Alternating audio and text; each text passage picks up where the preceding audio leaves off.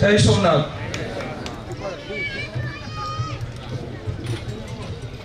બસ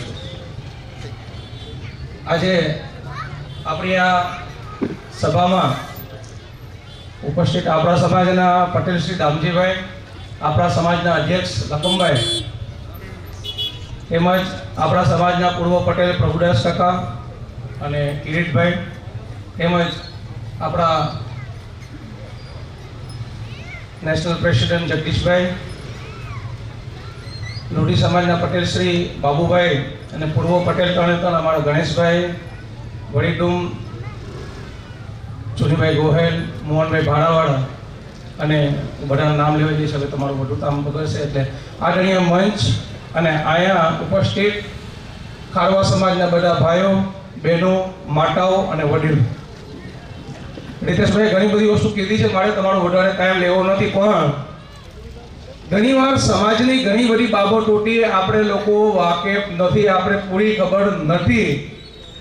એટલે આ સમાજમાં ક્યાંક ને ક્યાંક જે રીતેશભાઈ કીધું ફોટા ને ખોટા એ ક્યાંક ને ક્યાંક સફળ થઈ જાય છે. એટલે અમે તમારી પાસે અમુક વસ્તુ ઘરે અમે પુગાડી નહીં શકીએ. આજે જો થોડોક તમારો ટાઈમ હોય તો અહીંયા એટલી મોટી સંખ્યામાં તમે લોકો છો તો આ 15 વર્ષમાં અમે તમને બધા કામ કરાવવા જશું તો તમને બહુ ટાઈમ જશે. રીતેશભાઈ કીધું એ બધા કામો સમાજ કરે છે અને એના માટે અમારે પુરાવા આપવાની જરૂર નથી. સમૂહ લગ્નો કરીએ છીએ, કોમ્પ્યુટર ક્લાસ ચલાવીએ છીએ, સીવણ ક્લાસ ચલાવીએ છીએ, ટ્યુશન ક્લાસીસ ચલાવીએ છીએ, શિક્ષણ માટેનું દર વર્ષનું આ સમાજ પાસે બજેટ છે, મેડિકલ માટેનું આ સમાજ પાસે બજેટ છે. આ બધી વસ્તુઓ અહીંયા કરી 2010 પહેલાની વાત જ્યારે સમાજના આ 15 વર્ષમાં જેને નિષ્ઠાથી કામ કર્યા છે, જેને સમાજ આખો માને છે, લગભગ 2200 આસપાસ બોટવાળા શરૂઆતમાં આ જ્યારે જંગ ચાલુ થઈ તો 600 જણા આ જોડાવમાં સાહસ કરતા છે. 2200 બોટવાળા હજી સુધી આગા પાછા થયા નથી. આ બધા લોકો એમને જોતા નથી, એમને જોડાયા નથી, એ બધું જોઈ છે. ને હવે વારંવાર તમારી પાસે કેટલીક વાર આ બધી વસ્તુ ખુલાસા કેટલી છાટી ચોડીને બતાવશું તમને ભાઈ.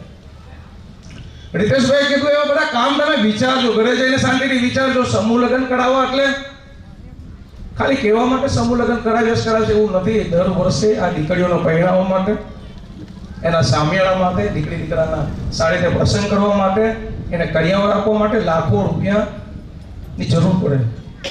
દર વર્ષે શિક્ષણ માટે 8-10 લાખ રૂપિયા રાખો, મેડિકલ માટે 8-10 લાખ રૂપિયા રાખો, વર્ષનો 20 થી 25 લાખ રૂપિયા બે માટે રાખો, ત્યાં પૈસાની જરૂર પડે.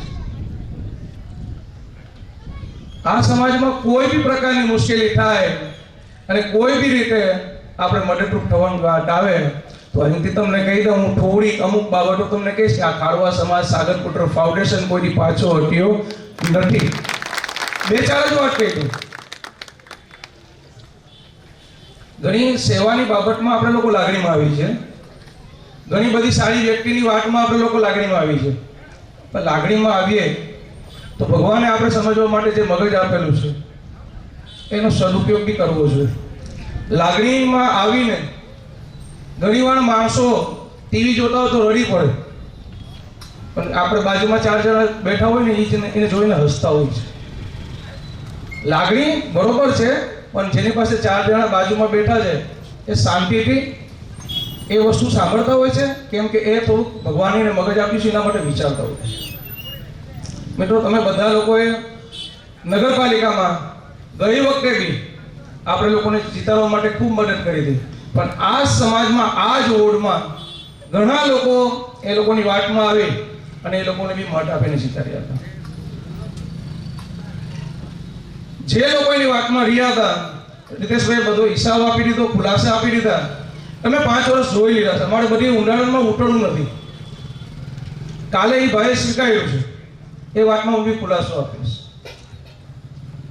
આપ સૌ બધા સાક્ષી છો.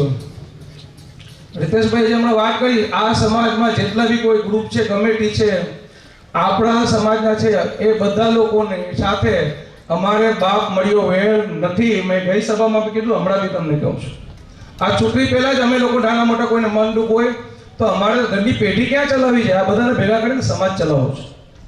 તો આ સમાજમાં જે લોકો છે એ પૂર્વના હોય કે હમણાં છે, એ સમાજનું ખરાબ કરતા અને સમાજનું સારું કરતા શીખી જાય અને સુધરી જાય તો આ સમાજમાં સમાધાન કરવાની નોબત આવશે નહીં.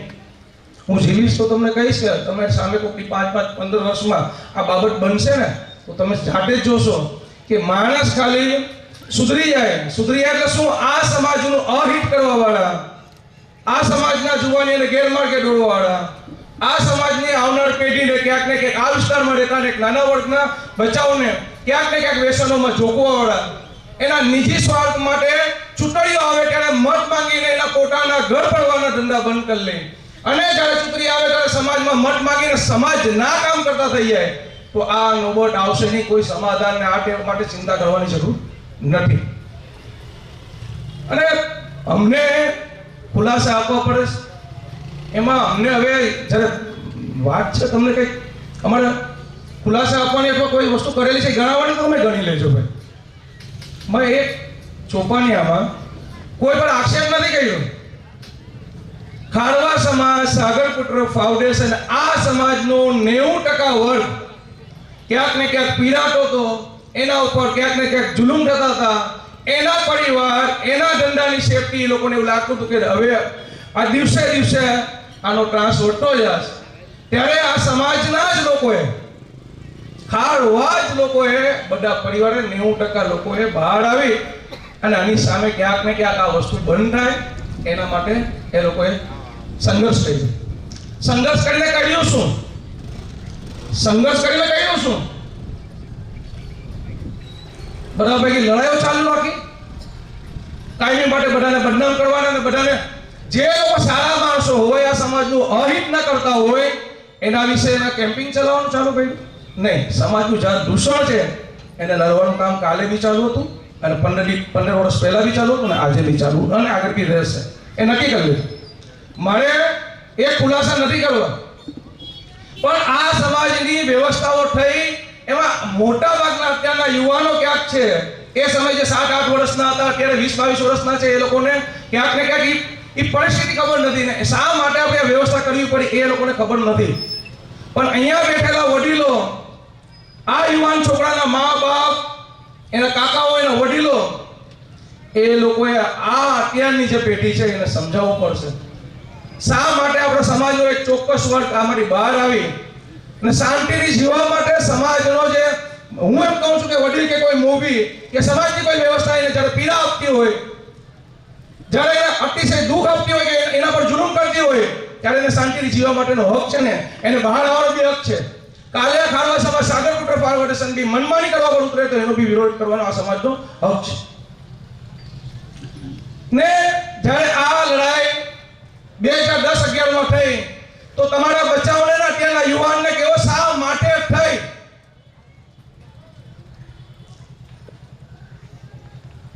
અને અમારી પાસે ઘણી બધી વસ્તુ એવી છે કે અમે લોકો કોઈથી કહેતા નથી.